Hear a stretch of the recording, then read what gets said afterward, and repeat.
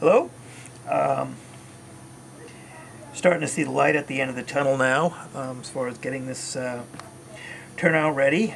Uh, in this section of the series, I'm going to discuss putting on a throw bar, gapping the rails, and then cutting the foil on the PC ties to electrically isolate each rail. So here we are, got my throw bar cut and made it oversized, and I'm going to essentially center it depending on which side I end up deciding to put the switch machine. I use the caboose ground throws, and you can cut this thing to length based on whatever ways you're going to whatever methods you're going to use to throw the points on this turnout. So I'm going to go ahead and slide this underneath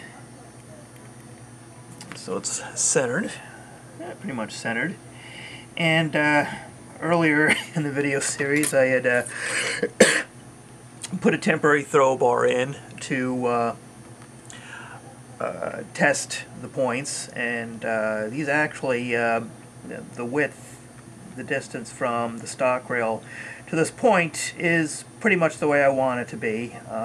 Maybe about a 1/16 of an inch.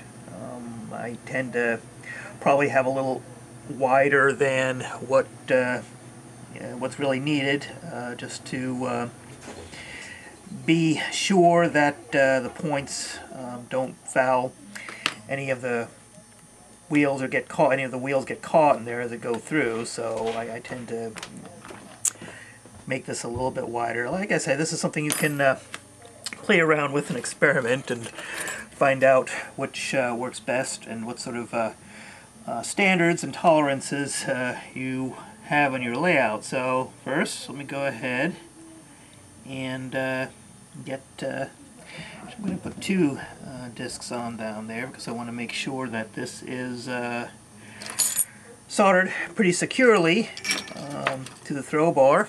Take my soldering iron, and I'm going to push down this point because I don't want any solder bleeding underneath the point here, or what it'll do is it'll interfere with its ability to rest snugly up against the rail. So I'm going to push down fairly good and just touch my soldering iron. There. Okay. Now, let me move this over. Oops, like that. Okay. Now you can see this rests nice and snug up against the stock rail right here. Now I'm going to go ahead and do the other point. I had my little razor blade for sticking my little discs here. Here we go. One, and put two in there. So we got more area to solder. So we got that on there.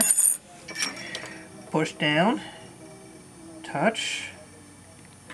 There you go.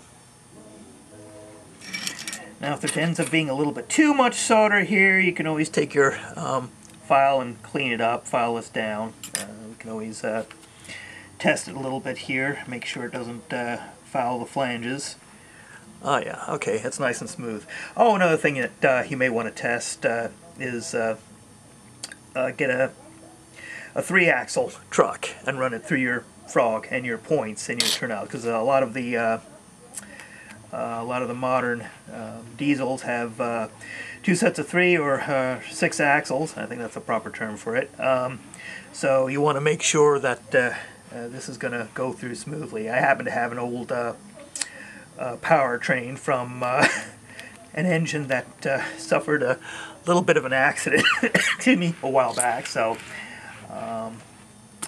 anyway, now I'm going to go ahead and take out my little temporary throw bar. Just go ahead and just take the rail nippers and just clip it like that. And this one just actually soldering.